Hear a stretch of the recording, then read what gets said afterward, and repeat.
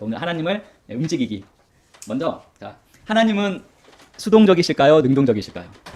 능동적이라는 말을 이렇게 하기도 힘들지만 최소한 하나님은 우리의 삶에 무관심한 수동적인 분은 아니십니다. 특별히 왜냐하면 이 성경은 하나님께서 자기 백성의 믿음과 기도에 그리고 부르짖음에 응답하여 적극적으로 개입하시고 일하시는 이야기들로 또한 차 있습니다. 그래서 그분은 우리를 돌보시며 우리와 역동적이고 살아있는 관계, 특별히 교제의 관계를 맺기를 원하시는 하나님이십니다. 근데 이렇게 역동적인 관계, 어떻게 보면 이러한 관계를 맺기를 원하시는 하나님이신데, 근데 전제 조건이 또 하나 있습니다. 야고보서 4장 8절 같이 읽어볼까요? 하나님을 가까이 하라. 그리하면 너희를 가까이 하시리라. 하나님께서 이스라엘 백성들에게 처음 나타나셔서 역사하셨을 때, 특히 모세를 통해서 이스라엘 백성의 부르짖음이 있었습니다. 이스라엘 백성 편에서 먼저 부르짖음이 있었고 그 부르짖음에 대한 응답으로서 소위 출애굽의 역사를 이렇게 끌고 가셨는데, 야고보서 4장 8절에서는 하나님께서 우리에게 가까이 오도록 하기 위해서 우리가 하나님께 가까이 먼저 나아갈 것을 말씀하고 있습니다.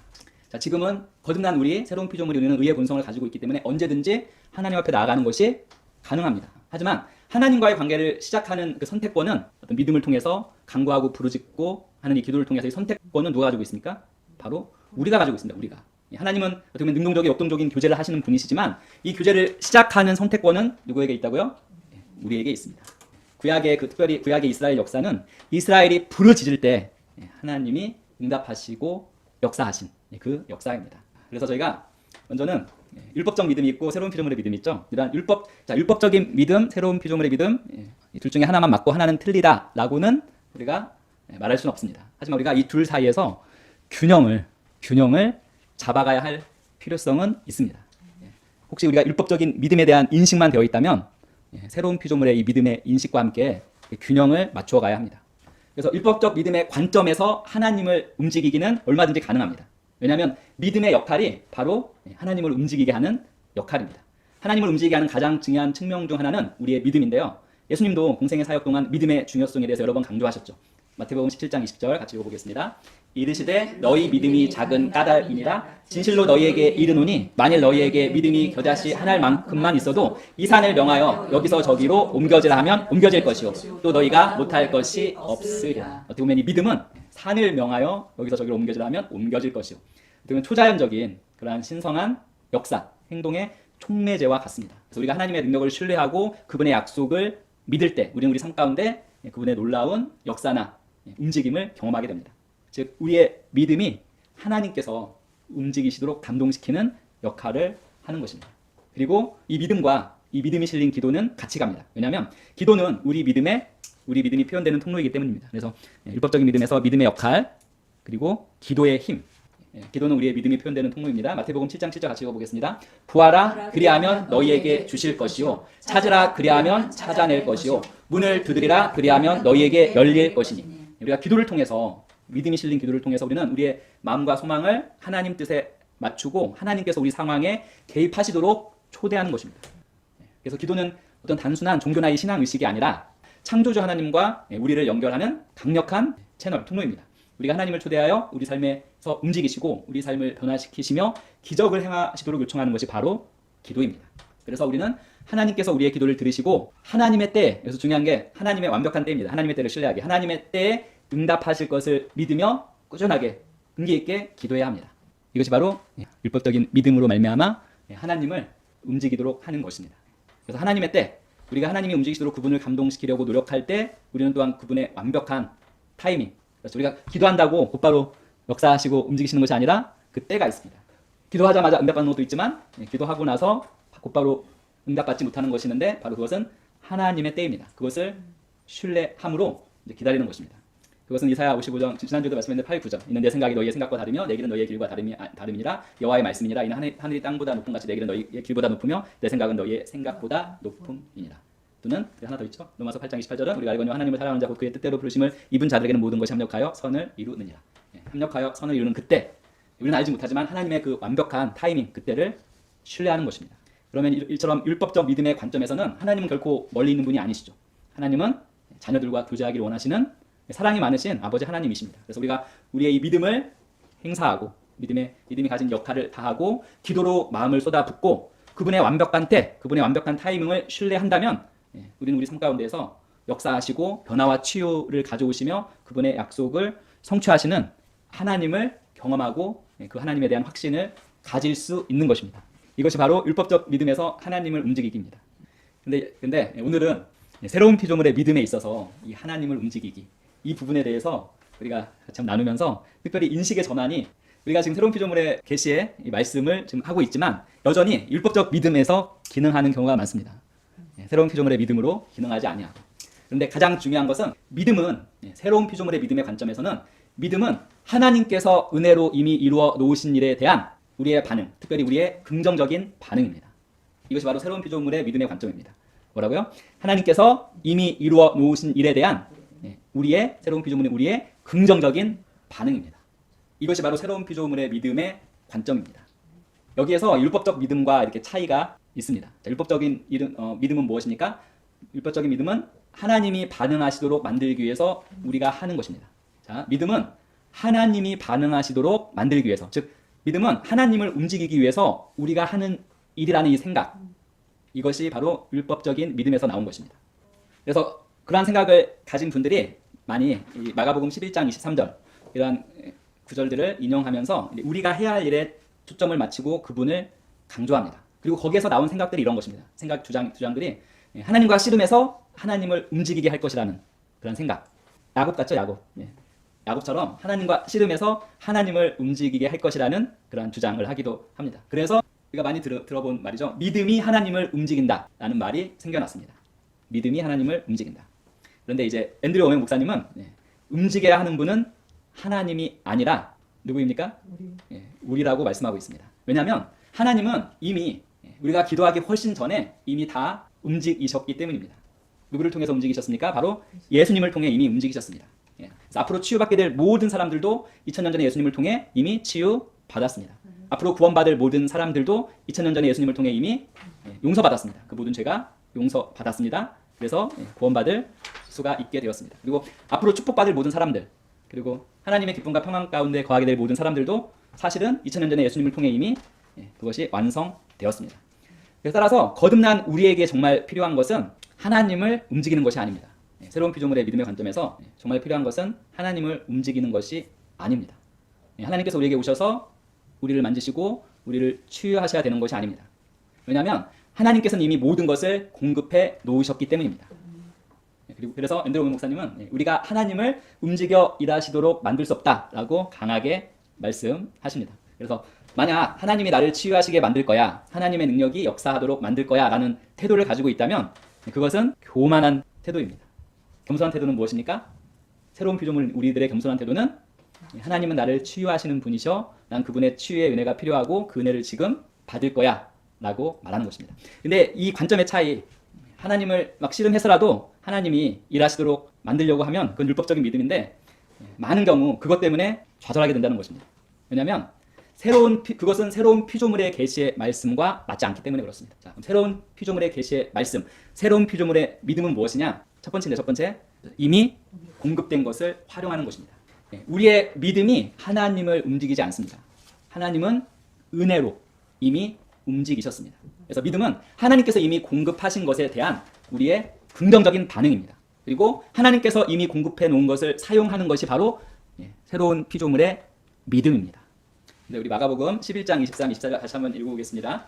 내가 진실로 너희에게 이르노니 누구든지 이 산더러 들려 바다에 던져지라 하며 그 말하는 것이 이루어질 줄 믿고 마음에 의심하지 아니하면 그대로 되리라. 그러므로 내가 너희에게 말하노니 무엇이든지 기도하고 구하는 것은 받은 줄로 믿으라. 그리하면 너희에게 그대로 되리라. 새로운 피조물의 믿음은 뭐라고 그랬죠? 바로 하나님께서 이미 공급해 놓으신 것, 이루어 놓으신 것에 대한 우리의 긍정적인 반응이고 이미 공급해 놓고 이루어 놓으신 것을 취하고 사용하는 것이 바로 이 새로운 피조물의 믿음입니다. 따라서 하나님께서 그분의 은혜로 이미 공급해 놓은 것이 아니라면 우리의 믿음으로, 새로운 피조물의 믿음으로 만들어낼 수가 없습니다. 자, 하나님께서 미리 공급해 놓으신 것이 아니시면 우리는 그것을 만들어낼 수 없습니다. 그런데 이 마가복음 11장 23, 24절을 이 구절로 많은 분들이 설교할 때 어떠한 결론을 많이 내렸냐면 한쪽으로 이렇게 치우친, 율법적 믿음으로 치우친 결론을 내리는데 어떠한 결론을 내렸냐면 무엇이든지 하나님께서 하시도록 우리가 만들 수 있다. 우리의 믿음과 기도로 라는 결론을 내린 것입니다. 그래서 원하는 것은 뭐든지 말하세요. 받은 줄로 믿기만 한다면 하나님께서는 그렇게 우리가 받도록 일하셔야만 합니다.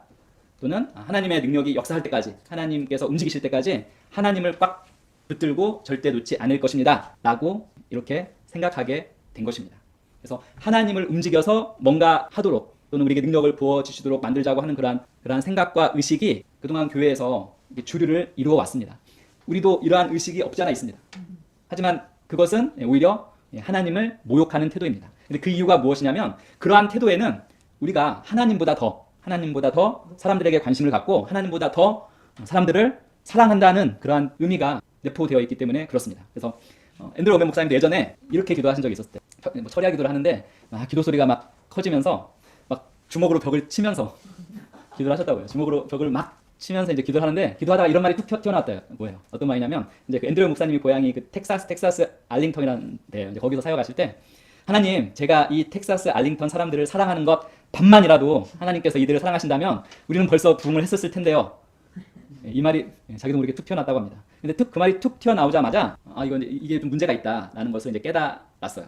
앤드류 목사님이 순간적으로 이렇게 딱 그 말이 툭 튀어나왔는데 결국 거기에 담긴 그러한 태도에 담긴 것이 무엇입니까? 바로 내가 이 사람들을 내 고향 사람들을 사랑하는 것 반만이라도 하나님께 좀 사랑하시지 이러한 생각. 그래서 하나님께서 좀 더 사랑해 주시도록 하나님이 그러한 분으로 만들려는 그러한 생각. 우리 이런 거 있죠. 아프리카나 지금 남미에서는 지금 기적도 많이 일어나고 특별히 막 죽은 사람이 살아나는 그런 놀라운 기적이 많이 일어나면 왜 도대체 우리나라에서는 왜 그러한 기적이 일어나지 않으십니까? 우리를 덜 사랑하시는 것입니까? 우리나라에서도 좀 동일하게 이렇게 이 기적을 베풀어 주세요라고 하는 그런 마음. 즉 하나님이 어떤 사람들은 덜 사랑하시고 어떤 데 계신 분들은 그러한 조건이나 상황 때문에 더 사랑하신다고 하는 이런 생각, 이러한 생각 자체가 잘못된 생각이라는 것입니다. 특별히 자녀들을 위해 기도할 때도 내가 하나님보다 내 자녀들을 더 사랑하는 것 같은 그러한 생각으로 기도한다면 그거는 약간 문제가 있는 것입니다. 생각보다 많은 사람들이 그런 식으로 생각합니다. 즉 하나님께서 막연하게 기다리고 있다가 기도를 할 때 비로소 그 기도에 응답하신다는 그러한 생각. 그것은 결국에는 자기가 하나님께서 책임질 부분까지 책임지면서 그래서 자신의 생각으로 하나님을 움직일 수 있다는 그러한 생각인 것입니다. 그래서 앤드류 워맨 목사님은 그래서 우리가 하나님을 움직이려 하지 말고 특히 우리가 새로운 피조물인 걸 우리가 안다면 우리가 하나님을 움직이려 하지 말고 거듭난 우리 스스로가 두 번째죠. 하나님의 통로가 되는 것. 하나님의 통로가 되어야 된다고 이야기를 합니다. 그러면서 이제 하나 자신의 그 예화를 이렇게 들려주셨는데 한 집회에서 어떤 여성이 이 워맹 목사님에게 이렇게 말했다고 합니다. 하나님께서 목사님 기도를 잘 들으시는 것을 제가 잘 압니다. 그래서 하나님께서 좀 움직이셔서 제 남편 좀 구원해 달라고 목사님이 좀 기도해 주시겠습니까? 라고 이렇게 그 자매가 부탁을 했는데 그 자매에 대한 앤드류 워맹 목사님의 답변입니다. 어떻게 기도해 드릴까요? 자매님, 하나님도 자매님의 남편을 몹시 구원하고 싶어 하십니다. 하나님은 이미 그분의 아들 예수 그리스도를 보내주셨고 이미 우리를 위해 죽으셨는데 하나님이 저보다 자매님의 남편에 관심이 없다는 뜻입니까? 그래서 비통한 마음으로 하나님을 움직여서 일하시도록 만들려 하지 말고 자매님이 남편을 사랑하는 것보다 하나님께서 남편을 더 사랑하시는 것에 대해 찬양하십시오. 그리고 하나님이 행하신 놀라운 일들에 대해서 찬양을 시작하세요. 그리고 하나님의 사랑이 자매님을 통해서 흘러가도록 하나님의 통로가 되세요 라고 이렇게 답변을 드렸습니다. 즉 하나님을 움직이려 하지 말고 우리가 하나님의 통로가 되어 하나님의 축복을 흘려보내는 것이 하나님을 움직이려고 하는 것보다는 더 올바른 생각이라는 것입니다. 따라서 우리는 여기 세 번째, 여기 구하는 것은 무엇이든지 있죠. 구하는 것은 무엇인지에 대한 바른 인식을 가져야 합니다. 구하는 것은 무엇이든지. 많은 사람들이 하나님으로 하여금 일하시도록 만들려고 하는 그러한 태도를 가지고 있는데 많은 그리스도인들이 그것은 잘못된 생각입니다. 특별히 마가복음 11장 24절에서 여기 뭐라고 되어 있죠? 24절은 그러므로 내가 너희에게 말하노니 무엇이든지 기도하고 구하는 것은 받은 줄로 믿으라. 그리하면 너희에게 그대로 되리라. 자, 어떤 사람이 이 말씀을 보고 이렇게 생각을 했습니다. 무엇이든지 기도하고 구하는 것은 받은 줄로 믿으라. 그럼 내가 은행을 털면 내가 부자가 될 수 있겠네? 원하는 것은 무엇이든지 얻는다고 되어 있으니까 라고 생각을 했습니다. 하지만 이렇게 생각을 했다면 대부분의 크리스천들은 성경 말씀을 이용해서 은행을 털 수 있다고 아무도 생각하지 않죠. 하지만 그렇게 생각한 사람이 왜 틀렸는지를 우리가 이해해야 할 필요가 있습니다. 은행을 털어서 부자가 되는데 왜 마가복음 11장 24절을 이용할 수 없을까요? 왜 이용할 수 없을까요? 한번 생각해 보세요. 그리고 또 다른 예가 있는데 앤드류 워맨 목사님 고향에 어떤 여성 사역자가 어떤 성경 학교를 세웠다고 합니다. 그런데 이 여성 사역자가 너무 특이했어요. 그리고 이 여성 사역자도 그 여성 사역자는 실제로 아까 그거는 그냥 은행을 탄다는 것은 하나의 그냥 가정이고 그 여성 사역자는 실제로 마태복음 11장 23절 24절 이걸 기초로 해서 정말 어떤 상상할 수 없는 생각을 했냐면 케네스 코플랜드라고 들어보셨죠? 이 복음에서 가장 크게 사역하고 계시는 지금 나이 드신 목사님 중에 한 분인데 이 여성분이 이 말씀을 토대로 케네스 코플랜드 그 목사님 예전에도 되게 유명하셨거든요. 그 목사님과 결혼식을 올리고 그의 아내가 되는 것을 꿈꿨습니다. 그리고 실제로 결혼식을 올렸어요. 영적인 결혼식을 올리고 그리고 이 말씀을 선포하면서 이 말씀을 근거로 해서 자신이 그 믿음에 섰다고 생각을 딱 했어요. 근데 그 당시에도 케네스 코플랜드 목사님은 총각이 아니었거든요. 그 글로리아라고 하는 사모님이 계셨어요. 그런데 이 말씀에 의거해서 케네스 코플랜드 유명한 목사님의 여성 사역자인데 아내가 되기를 원했고 아내가 지금 있으니까 사모님이 있으니까 그 사모님을 자기가 넘어야 할 산으로 본 거예요. 극복해야 할 산. 그래서 저주를 했어요. 저주하면서 빨리 죽으라고 명하는 기도까지 드린 거예요. 그리고 영적으로 케네스 코플랜드 그 목사님과 결혼한 뒤에 그 사모님이 죽기를 바라면서 사모님이 죽고 나서 그 결혼이 영적인 결혼식이니까 이 결혼식이 완성되기만을 기다렸습니다. 몇 년 동안요? 30년을 넘게. 물론 그 기도는 이루어지지 않았습니다. 그리고 앞으로도 이루어지지 않을 것입니다. 대부분의 그리스도인들은 그 여성 사역자의 믿음이 너무 빗나갔다는데 다 동의할 것입니다. 그러한 경우 이 성경 말씀은 적용되지 않는다고 말할 것입니다. 근데 왜 적용이 안 될까요? 무엇이든지 기도하고 구하는 것이라고 했는데 누군가를 배우자로 원하는 것은 그 무엇이든지에 속하지 왜 않을까요? 자, 여기에 대한 그 해답이 바로 뭐였냐면 바로 은혜와 믿음의 균형에 있습니다. 은혜와 믿음의 균형. 자, 믿음은 하나님께서 새로운 피조물의 믿음입니다. 믿음은 하나님께서 이미 은혜로 공급해 놓은 것을 활용하고 그것에 반응하는 것입니다. 그래서 하나님께서 이미 공급해 놓은 것이 아니라면 우리의 믿음이 하나님의 역사를 하나님의 축복을 이끌어낼 수 없습니다. 그래서 우리가 마가복음 11장 24절을 이용해서 은행을 털 수 없는 이유 바로 하나님께서 이 도둑질을 그분의 그 속량 사역 즉 그분의 은혜 안에 공급해 놓지 않았기 때문입니다. 그리고 아까 그 여성 사역자처럼 다른 사람을 저주하고 죽으라고 명한 뒤에 그 사람의 배우자와 결혼할 수 없는 이유도 역시 마찬가지입니다. 하나님의 그 은혜, 하나님의 그 속량 사역 안에 살인이나 이 간통을 공급하지 않으셨기 때문입니다. 이 말씀이 하나님을 움직여서 무슨 일이든지 하도록 하는 것이 결코 아닙니다. 이 말씀은 하나님께서 이미 공급해 놓으신 것을 발견하는 것에 대해서 말씀하고 있습니다. 그래서 그것을 발견하여 그것을 믿음으로 취하면 이미 하나님께서 은혜로 공급해 놓으신 것을 우리가 사용하는 것입니다. 이 부분을 우리가 이해하는 것. 결국 율법적 믿음과 새로운 피조물의 이 믿음은 접근 자체가 완전히 다릅니다. 즉 완전히 다른 접근 방법입니다. 많은 사람들이 하나님으로 하여금 뭔가를 하시도록 만들려고 합니다. 받는 것을 힘들어하면서 이렇게 말합니다. 하나님이 이렇게 해주실 것을 믿음으로 받으려고 애쓰고 있어. 하지만 우리가 이것을 이해한다면 하나님으로부터 받는 것이 결코 힘든 일이 아니라는 것을 우리는 인식하고 의식하게 됩니다. 하나님께서 이미 완성해 놓으셨다는 것을 안다면 어떻게 내가 그것을 받을 수 있을까 의심할 수 있겠습니까? 하나님의 이 은혜는 앞으로 될 일이 아닙니다. 율법적 믿음은 앞으로 될 일로 생각하고 나아가기 때문에 결국 갈등과 좌절이 있습니다. 은혜는 앞으로 될 일이 아니라 이미 이루어진 일입니다. 예수님께서 이미 온 세상의 죄를 위해서 죽으셨습니다. 그분은 우리의 죄를 용서하기 위해서, 우리의 몸의 치유를 위해서, 우리를 부유하게 하기 위해서, 또한 우리를 자유하게 하기 위해서 죽으셨습니다. 이미 이루어진 일입니다. 예수께서 이미 우리를 위해 죽으셨고 그것은 이미 이루어진 일이고 치유로 말씀드리면 베드로전서 2장 24절 말씀대로 그가 채찍에 맞음으로 우리가 나음을 얻었다면 어떻게 그분이 이미 이루신 일을 하지 않을 거라는 의심을 할 수 있겠습니까? 우리가 이것을 깨달으면 율법적 믿음으로 말미암은 모든 갈등이 사라집니다. 하나님께서 이미 하신 것을 의지하여 그것을 신뢰하는 것과 그건 새로운 피조물의 믿음이고요. 하나님으로 하여금 일하시도록 만들려고 하는 그러한 태도, 그건 율법적 믿음이거든요. 사이에는 정말 아주 커다란 차이가 있습니다. 완전히 다른 태도고 완전히 다른 접근 방법입니다. 그래서 새로운 피조물의 믿음은 애쓰지 말고 신뢰하는 것입니다. 애쓰지 말고 신뢰하기. 이는 노력 없는 변화, 노력 없는 결실이라고 말할 수 있습니다. 즉 하나님이 이루어 놓으신 것에 대한 신뢰 문제입니다. 이 부분이 어떻게 보면 우리나라 한국의 기독교인들이 그리스도인들이 가장 잘 안 되는 부분입니다. 구원은 신뢰합니다. 하지만 뭐 해주실 것은 신뢰합니다. 하지만 이미 이루어 놓으신 것에 대한 이 신뢰 문제.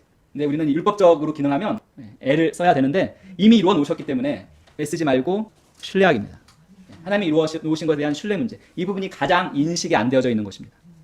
우리가 이 부분을 하고 있음에도 불구하고 여전히 이 부분에서 완전하게 인식이 되어지지 않은 것입니다. 하나님께서 은혜로 이미 모든 것을 이루어 놓으셨다는 것을 반드시 인식하고 이것을 우리의 심령으로 깨달아야 합니다. 하나님께서 이루어 놓으셨다면 이것을 우리가 온전하게 인식하고 의식한다면 우리에게 남은 일은 무엇입니까? 그분이 이루신 일 안에서 머물면서 그냥 믿음의 손을 뻗어서 받는 일만 남았습니다. 예수님께 채찍에 맞으심으로 이미 치유된 것을 깨달으면 이렇게 고백할 수 있습니다. 내가 이미 치유를 받았다면 영적 영역에서 이미 내 안에 그 능력이 존재하는 것입니다. 그래서 주님 치유받으려고 애쓰는 대신 주께서 이미 이루신 그 일, 그 치유에 머물며 안식하겠습니다. 치유는 이미 이루어진 일입니다. 이게 재정적인 부분도 똑같습니다. 치유를 받으려고 애쓰지 말고 이미 치유받았다는 것을 신뢰하는 것입니다. 부유해지려고 애쓰지 말고 이미 부유해졌다는 것을 신뢰하는 것입니다. 이 둘 사이에는 정말 엄청난 차이가 있습니다. 거의 마지막으로 이제 오명 목사님의 간증인데, 자, 오명 목사님이 사역을 막 시작했을 때, 오명 목사님 총 50년을 사역하셨는데, 오명 목사님이 이 계시, 새로운 피조물의 이 계시, 믿음의 이 계시를 깨달은 건 30년째예요. 사역 시작한 지 30년째. 이것을 깨닫고 나머지 20년 동안 그 사역이 미국에서 가장 엄청나게 큰 규모로 이렇게 성장을 했는데, 오명 목사님이 사역을 막 시작했을 때는 너무 가난해서 이 재정적으로 너무너무 힘들었습니다. 지금은 그 모든 것이 자기가 잘못 생각한 자기의 잘못이라고 고백하는데, 그 사모님과 함께 몇 주 동안 밥을 못 먹을 때도 있었대요. 게다가 그때 사모님은 임신 중이었습니다. 몇 주 동안 밥을 못 먹었는데. 그리고 그 성경책을 그 당시 가지고 있었는데, 그 성경책이 이제 베트남전 참전할 때부터 가지고 있던 성경책이었는데, 너무 오래돼서 곰팡이가 슬었고 페이지는 거의 다 찢어져가지고 전부 페이지마다 테이프로 붙여놨고, 그리고 3927잖아요. 구약 39권, 신약 27권인데 몇 권 아예 통째로 빠져버립니다. 그 중에 3927, 39권, 27권 중에서 통째로 없어진 부분이 있었고, 그래서 자 성경을 봅시다 하고 성경을 찾아보면 없어서 목사님이 기억력을 의지해서 많이 또 암송하셨다고 하더라고요. 성경이 없기 때문에. 자, 그래서 이제 그러한 삶 가운데 너무 이제 힘들어. 하지만 말씀이 말하는 건 아니잖아요. 그래서 목사님께서 이제 진리의 말씀이 자신의 삶에서 역사하는 것을 경험하려면 그것에 대해서 하나님을 믿어야겠다는 결론을 딱 내리고는 이렇게 선포했다고 합니다. 더 이상 이렇게 살지 않을 거야. 그러면서 나는 하나님께서 새 성경책을 주시리라 믿습니다. 라고 딱 선포를 했어요. 근데 선포를 했지만 그 당시에 그 성경책 한 권 값이 $20였대요. $20. 그리고 목사님 한 달에 그 렌트비죠. 월세하고 관리비가 $100. 식료품 제외하고 한 달에 들어가는 그 집 월세하고 관리비가 $100인데 소득이 얼마인지 아세요? 소득이 $100인 거예요. $100를 받아서 집세하고 그 관리비를 내면 식료품 살 돈이 전혀 없는 상황인 거예요. 그래서 몇 주간 굶기도 하고 그런 상황이었는데, 그러한 상황에서 성경책을 사기로 선포했어요. 그러니까 거의 불가능한 거예요. $20를 만들어내기에는. 그래서 이 $20가 생기기까지는 6개월이라는 시간이 걸렸습니다. 6개월 만에 $20를 만들었고, 즉 앤드로맨 목사님 쪽에서는 최고 우선순위를 둔 거예요. 성경책 사는 것을. 왜냐하면 식료품 살 돈도 없는데 먹는 걸 살 돈도 없는데 성경책을 사기로 이제 딱 선포했으니까. 그래서 엄청나게 우선순위를 두시고 이제 성경책을 이제 6개월 걸려서 $20를 만들어서 이제 성경책을 사러 간 거예요. 서점으로. 이 간증에서 이제 목사님이 깨달은 것은 이제 지금 사러 가는 여기에서 이제 사러 가면서 이제 깨달은 것은 맨 마지막. 우리는 이미 가졌습니다. 이걸 깨달으신 거예요. 이 부분에서. 한번 따라해 볼까요? 우리는 이미 가졌습니다. 우리는 이미 가졌습니다. 성경책을 사러 가기 전에 목사님이 정말 찢어지게 가난했고, 그런 목사님에게 계속 사단이 이렇게 비난을 한 거예요. 뭐라고 비난했냐면, 너는 절대 성경책을 손에 넣지 못해. 그런 일은 절대 이루어지지 않을 거야. 생활비 외에 성경책 살 돈 $20를 하나님께서 주실 거라고 믿을 수 있느냐 없느냐 하는 것이 그 당시 목사님의 사역이 거기서 끝날 것인지 아니면 계속 할 것인지 결정할 만큼 중요한 일이었습니다. 근데 결국 6개월 동안 그 $20를 만들어냈고 서점으로 달려가서 성경책을 샀습니다. 거의 전쟁에서 이기고 온 장수만큼이나 이렇게 그런 마음이셨는데, 사자마자 그 성경책에 목사님의 이름을 새겼다고 하시더라고요. 새기고 나서 완전히 그 개선장군처럼, 그 서점을 나온 순간 개선장군처럼 이렇게 됐죠. 그러면서 내가 과연 성경을 살 수 있을까라는 그 의심은 그 순간 다 사라져버렸다고 합니다. 근데 그 직전까지 그 6개월 동안 깨어있는 모든 순간 두려움과 갈등 속에서 목사님의 그 믿음은 정말 이게 될지 안 될지를 끊임없이 의심했다고 합니다. 너는 성경책을 손에 넣을 수 없어. 내가 주의 종이라고 성경책 한 권 살 믿음도 없으면서 라는 그러한 생각과 끊임없이 싸웠다고 해요. 자, 그런데 성경책을 사는 순간 그러한 모든 의심과 사단의 참소는 완전히 사라졌습니다. 당연하죠. 성경책을 이미 이제 사서 가지고 있기 때문에 더 이상 의심할 필요도 없고, 너가 살 수나 있겠어라는 사탄의 그런 참소를 들을 필요도 없습니다. 오면 목사님이 이제 거기에서 깨달은 것이 바로 이것입니다. 그 성경책을 사는 순간 깨달은 것. 우리는 이미 가졌습니다. 이것을 가정이 아니라 새로운 피조물의 믿음은 이걸 실제적으로 가진 것을 믿는 것입니다. 그것이 바로 현재형의 믿음이잖아요. 그 믿음을 가졌을 때는 그 어떠한 두려움이나 의심은 있을 틈이 없습니다. 이것을 못 가질까 봐. 치유도 마찬가지고 재정적인 부분도 마찬가지입니다. 믿음이 흔들리고 만약에 그런 여러저런 그런 두려움이나 의심 때문에 괴로운 유일한 이유는 율법적인 믿음을 가지고 있기 때문에 그렇습니다. 무엇입니까? 하나님께서 우리 각자의 믿음에 반응하셔서 움직일 거라는 그 생각 때문에 그렇습니다. 하지만 실제는 무엇입니까? 우리가 병에 들기도 전에, 사실 우리가 이 땅에 태어나기도 전에 우리에게 어떤 문제가 생기도 전에 하나님께서 이미 우리를 치유하셨다는 것, 우리를 부욕해 하셨다는 것, 이것을 신뢰하고 이것을 믿는 것입니다. 예수님을 죽은 자들 가운데 살리신 바로 그 능력이 이미 우리 안에 거하고 있습니다. 우리 안에 죽은 자를 살린 능력이 존재하고 우리는 그것을 원할 때마다 우리가 자유롭게 사용할 수 있습니다. 예수님은 우리에게 그 능력을 사용할 수 있는 권세를 주셨고 우리를 도전해오는 그러한 산들에게 사라지라고 명할 수 있습니다. 하나님께서 이미 이루셨다는 것을 이해하고 나면 어떻게 우리가 과연 의심하고 두려워할 수 있겠습니까? 아니면 갈등할 수 있겠습니까? 우리가 여전히 의심하고 갈등하고 때론 좌절하는 유일한 이유는 믿음은 하나님께서 이미 공급해 놓으신 것을 사용하는 것이라는 이것을 우리가 인식하고 있지 않기 때문에 그렇습니다. 계속적으로 율법적인 믿음, 하나님은 우리의 어떠함에 반응하시는 거라는 그런 생각으로 여전히 차 있기 때문에 그렇습니다. 그래서 이 부분 긍정적인 말만 하려고 조심하고 말씀 고백을 하루 몇 번씩 하고 이러한 것들이 다 제대로 되면 하나님께서 역사해 주실 거야 라고 생각한다면 여전히 새로운 피조물의 고백을 하고 있음에도 불구하고 율법적인 믿음에 머물러 있는 것입니다. 결국 이런 생각은 우리와 그 근본에는 우리의 행위와 노력으로 하나님이 역사하시도록 움직여야 한다는 결국 율법적 믿음에서 나온 것입니다.